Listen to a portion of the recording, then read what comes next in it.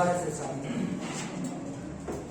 मैंने कहा कि ग्रुप 1A एलिमेंट के जो नाइट्रेट्स हैं, कार्बोनेट्स हैं और बाइकार्बोनेट हैं, उन पे हीट का इफेक्ट क्या है। इसका मतलब ये हुआ कि क्या लिथियम के नाइट्रेट इजीली डिकम्पोज होते हैं या सीजियम के। हम इसको हीट करते हैं, आया ये जल्दी डिकम्पोज होता है या ये वाला होता है। जो कंपाउंड इजीली डिकम्पोज हो जाएगा वो थर्मली अनस्टेबल होगा। क्या होगा? अनस्टेबल, स्टेबिलिटी उनकी कम होगी। अब स्टेबिलिटी किस पे डिपेंड करती है?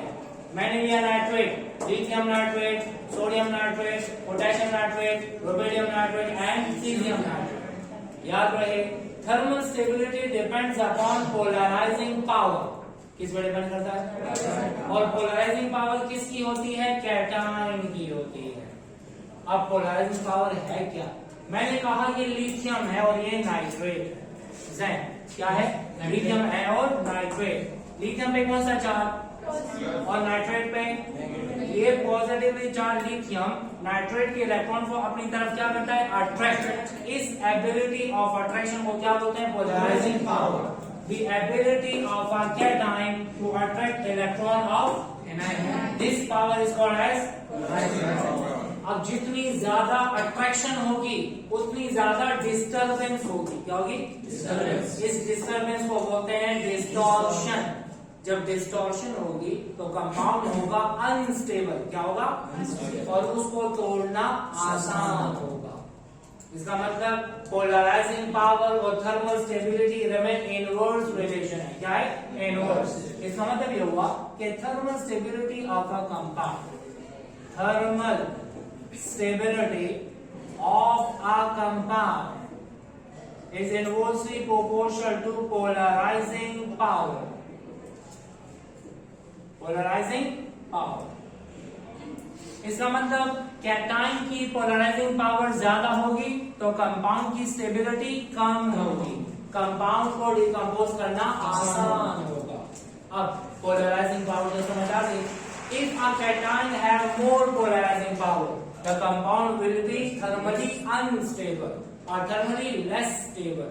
अब पोलराइजिंग पावर किस पे डिपेंड करती है? दो चीजों पे। Polarizing power depends upon two factors.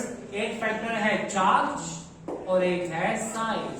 Let's suppose यहाँ पर +1 के बजाय +2 वाला कोई हो। क्या हो? +2 वाला। तो चार्ज ज्यादा होगा तो अट्रैक्शन, जब अट्रैक्शन ज्यादा होगी तो पोलराइजिंग पावर ज्यादा और थर्मल स्टेबिलिटी कम होगी। इसका मतलब ये हुआ कि polarizing power is directly proportional to charge of cation. Cation के चार्ज के साथ कौन सा रिलेशन? Direct relation. ठीक है। लेट्स सपोज चार्ज क्या है? +1। दूसरे का भी चार्ज क्या हो? +1। देखिए ना, इस पे क्या है? +1 +1 +1 +1 +1। जब चार्जेस होंगे सेम तो फिर साइज को देखेंगे। किसको? जब कैटायन का साइज बड़ा होगा अट्रैक्शन कम होगी और जब अट्रैक्शन कम होगी तो पोलराइजिंग पावर कम होगी और जब पोलराइजिंग पावर कम होगी तो थर्मल स्टेबिलिटी ज्यादा होगी। इसका मतलब ये हुआ कि पोलराइजिंग पावर का चार्ज के साथ डायरेक्ट रिलेशन और पोलराइजिंग पावर का साइज के साथ inverse relation. Polarizing power is inversely proportional to size of cation. अब हम ऐसा करते हैं, लिथियम का साइज छोटा, पोलराइजिंग पावर ज्यादा, पोलराइजिंग पावर ज्यादा और जब पोलराइजिंग पावर ज्यादा है तो थर्मल स्टेबिलिटी कम। सोडियम का साइज हो गया बड़ा, सोडियम का साइज क्या हुआ? बड़ा। हमें पता है top to bottom size increases. If size increases polarizing power decreases. If polarizing power decreases, thermal stability increases. इसका मतलब क्या हुआ कि सबसे कम टेम्परेचर पे डिकम्पोज होने वाला लिथियम और सबसे ज्यादा टेम्परेचर पे डिकम्पोज होने वाला lithium. Top to bottom thermal stability increases because size of cation increases. Polarizing power decreases. समझ आ गई है? तो ये सब का केस है। कार्बोनेट में भी ऐसा होगा और बाइकार्बोनेट में भी ऐसा होगा। तो मैं यहाँ पे लिख देता हूं कि top to bottom, size of cation increases, polarizing power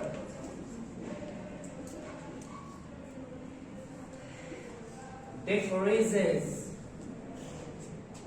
That's why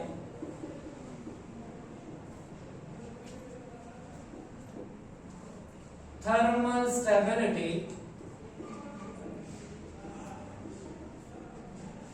of nitrates same to same किस केस में, कार्बोनेट्स में भी ऐसा होगा एंड बाइकार्बोनेट तीनों में ऐसा होगा.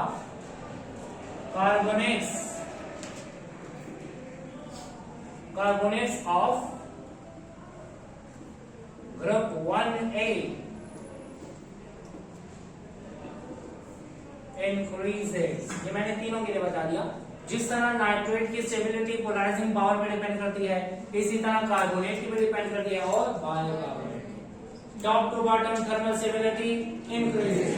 किसकी? नाइट्रेट की इंक्रीजेस, कार्बोनेट की इंक्रीजेस एंड बाइकार्बोनेट की भी इंक्रीजेस.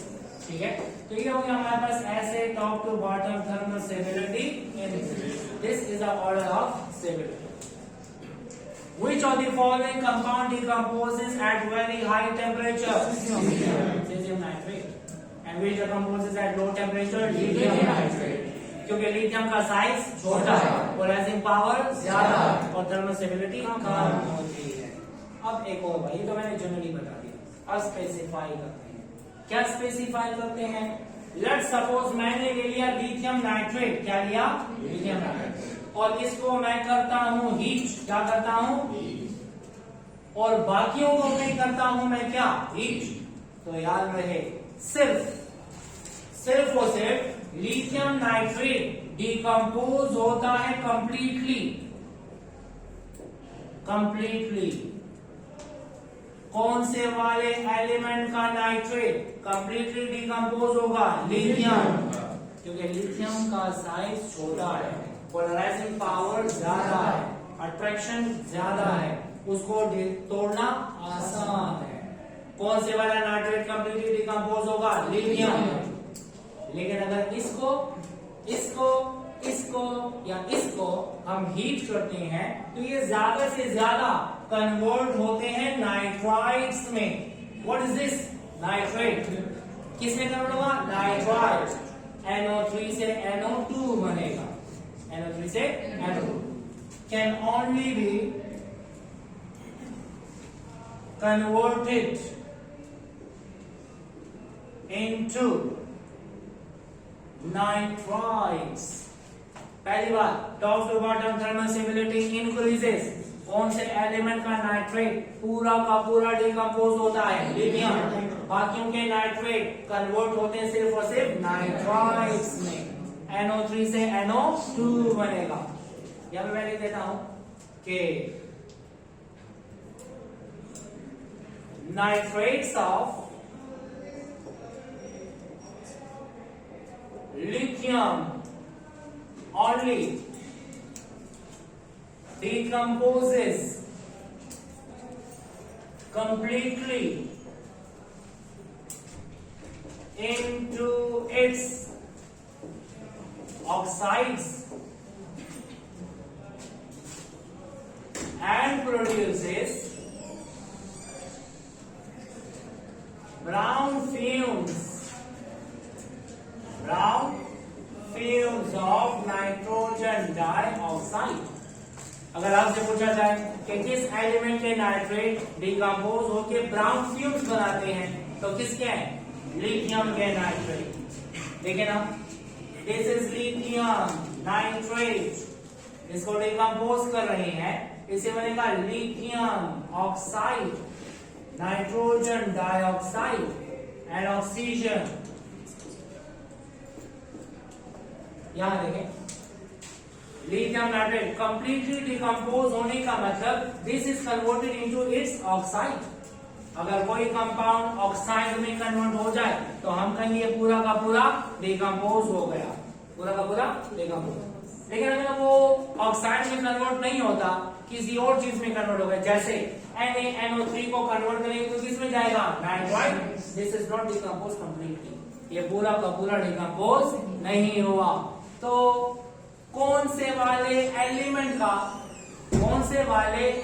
का नाइट्रेट डिकम्पोज होके ब्राउन फ्यूम बनाता है, किसका, ब्राउन फ्यूम बनाता है, और वो ब्राउन फ्यूम किसका है, नाइट्रोजन डाइऑक्साइड।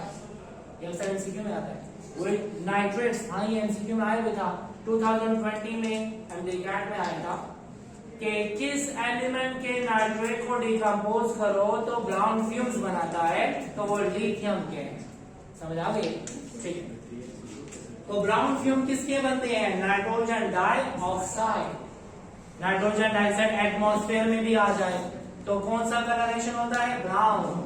अक्सर आपने देखा होगा जहां पर ट्रैफिक ज्यादा हो जाए तो वहां पर एटमॉस्फेयर ब्राउनिश हो जाता है।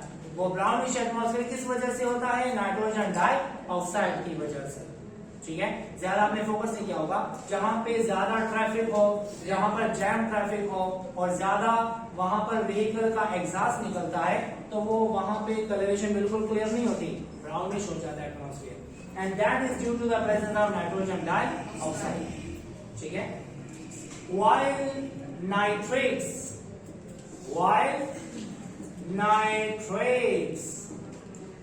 of other group 1A elements can only be converted into nitrites that can only be converted into nitrite। क्या मतलब, हम लेते हैं NaNO2 नहीं 3 और इसको हम हीट करते हैं, जितना ज्यादा हीट कर लें वो सिर्फ कन्वर्ट होगा NaNO2 में। इसको बैलेंस कर देते हैं, ये हो जाएगा 2, ये होगा 2 और ये होगा O2, ठीक है। NaNO3 sodium nitrate, NaNO2 sodium nitride, ये है सोडियम नाइट्रेट और ये है सोडियम नाइट्राइड। इस पे -6 है, इस पे +1 है और इस पे +5 है। ये -4 +1 +3 वाला नाइट्राइड और +5 वाला नाइट्रेट ATE, जैसे हमने पढ़ा था sulphide sulphate, phosphide phosphate, nitride nitrate. समझ आ गई। अच्छा, इसी तरह बाकी भी करते हैं, ठीक है। 2 moles of potassium nitrate is converted into 2 moles of potassium nitrite and oxygen। इसका मतलब ये हुआ कि top to bottom thermal stability increases, only lithium nitrate decomposes completely into its oxide and produces brown fumes of nitrogen dioxide, लेकिन बाकी के सिर्फ और सिर्फ नाइट्राइट में कन्वर्ट होते हैं। क्लियर हो गया। अगर आपसे कोई बोले एमसीक्यू में अगर आए कि which one is thermally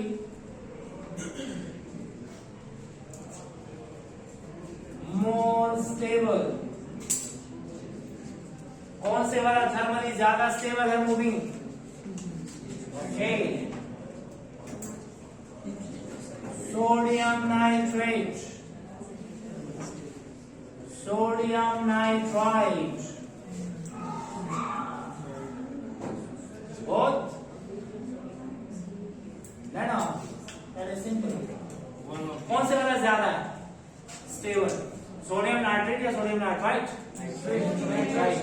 sodium nitrite, क्योंकि सोडियम नाइट्रेट को हीट किया तो क्या बना, नाइट्राइट, फर्दर डिकम्पोज नहीं हो रहा, so this one is more stable than nitrite are more stable than nitrates.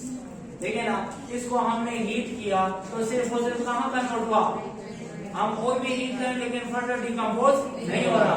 इसका मतलब nitrites are more stable than nitrates. तो यहां पर आता है sodium nitrite.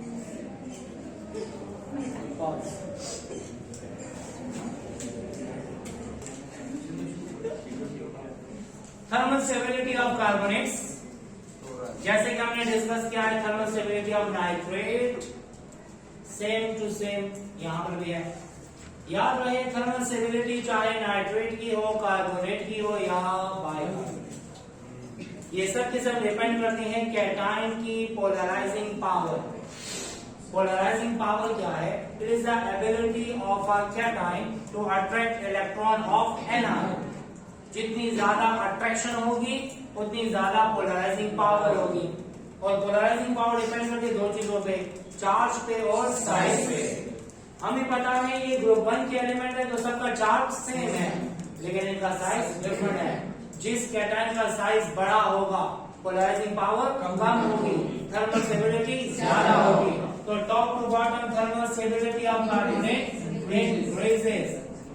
Where again individually discuss करते हैं। कौन से वाले एलिमेंट का कार्बोनेट कंप्लीटली डिकम्पोज होता है? Lithium.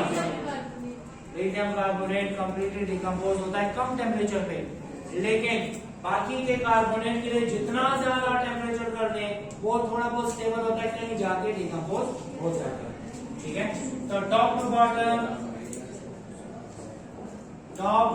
Bottom thermal stability increases because size of cation increases, polarizing power decreases। तो top to bottom thermal stability ज्यादा होती है, कैटायन का साइज बड़ा होता है, पोलराइजिंग पावर कम होती है। ठीक है, सिर्फ लिथियम कार्बोनेट को डिकम्पोज करना बहुत आसान है, बाकियों के जो कार्बोनेट है उनको डिकम्पोज करना बहुत ही ज्यादा मुश्किल होता है। ठीक है, Li2CO3 decomposes to Li2O and CO2 carbon dioxide convert हुआ और लिथियम ऑक्साइड। अगर आपसे कोई कहे कंप्लीटली डिकम्पोज होने का मकसद क्या, कि वो कंपाउंड ऑक्साइड में कन्वर्ट हो जाए, किसमें? ऑक्साइड। ये कंप्लीटली डिकम्पोज हो गया। ठीक है, carbonates of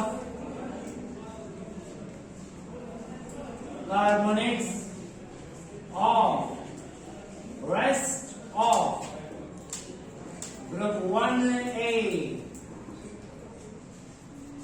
elements are much more stable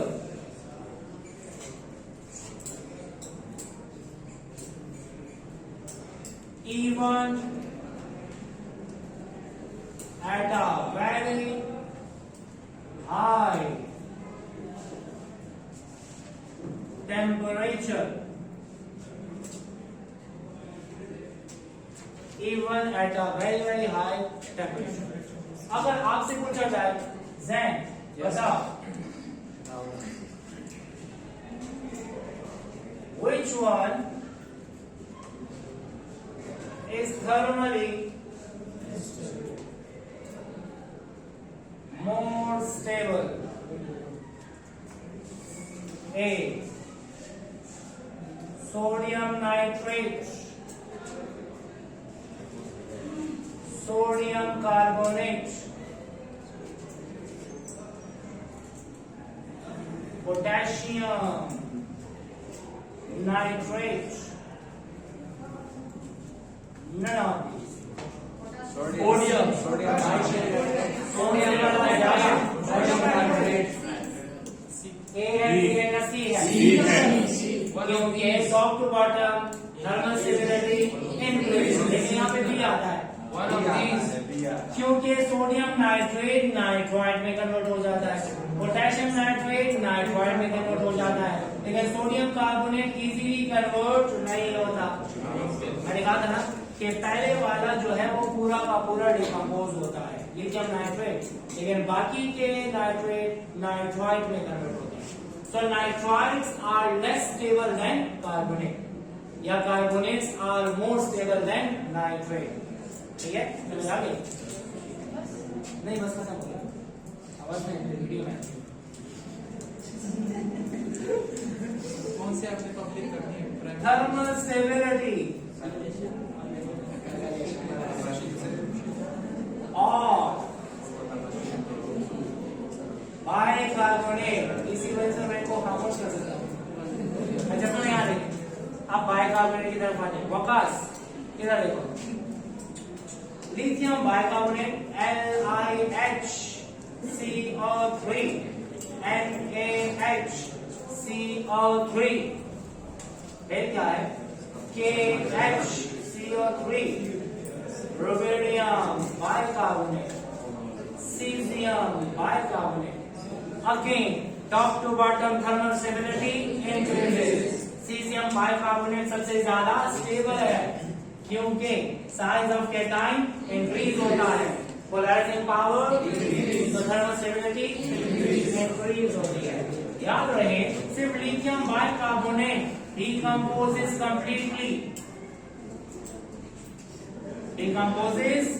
completely, लेकिन बाकियों के bicarbonate can be converted into carbonate. Lithium bicarbonate completely decompose होता है ऑक्साइड में, लेकिन बाकियों के बाइकार्बोनेट को हीट करो तो वो बाइकार्बोनेट से कार्बोनेट बना लेता है। नाइट्रेट कैसे बनाएगा? अच्छा,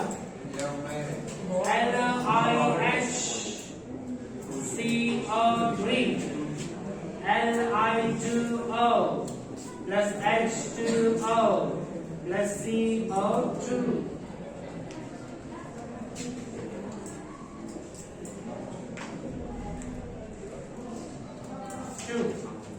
तो मतलब ये हो गया लिथियम बाइकार्बोनेट डिकम्पोज हो गया कंप्लीटली।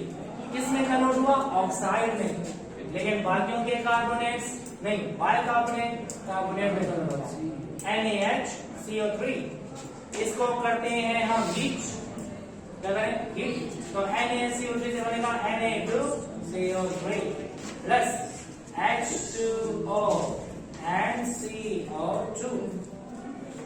इधर लगा देते हैं 2 और इधर 2। चलो, इसका मतलब ये हुआ कि only lithium carbonate decomposes completely while bicarbonate of other group member can only be converted into carbonate। इसका मतलब क्या हुआ? नाइट्रेट से ज्यादा स्टेबल कार्बोनेट है और कार्बोनेट से ज्यादा स्टेबल नहीं है। बाइकार्बोनेट लेस स्टेबल है। क्यों? क्योंकि बाइकार्बोनेट तो कार्बोनेट में जा रहे हैं ना, तो कार्बोनेट तो कहीं भी नहीं जा रहा। जा कन्वर्ट की ना कार्बोनेट का, नो कार्बोनेट में उसका इफेक्ट मिलता। इसका मतलब ये हो कि bicarbonate is less stable than carbonate. Bicarbonates और नाइट्रेट्स, इन दोनों में ज्यादा स्टेबल कौन है? तो हमारे पास जो है ना वो ये वाला बाइकार्बोनेट ज्यादा स्टेबल। अच्छा तो यहाँ देखें, Na2CO3 is more stable than NaHCO3, क्योंकि बाइकार्बोनेट को हीट करें तो इसमें जाता है, इसको हीट करें तो कहीं नहीं जाता।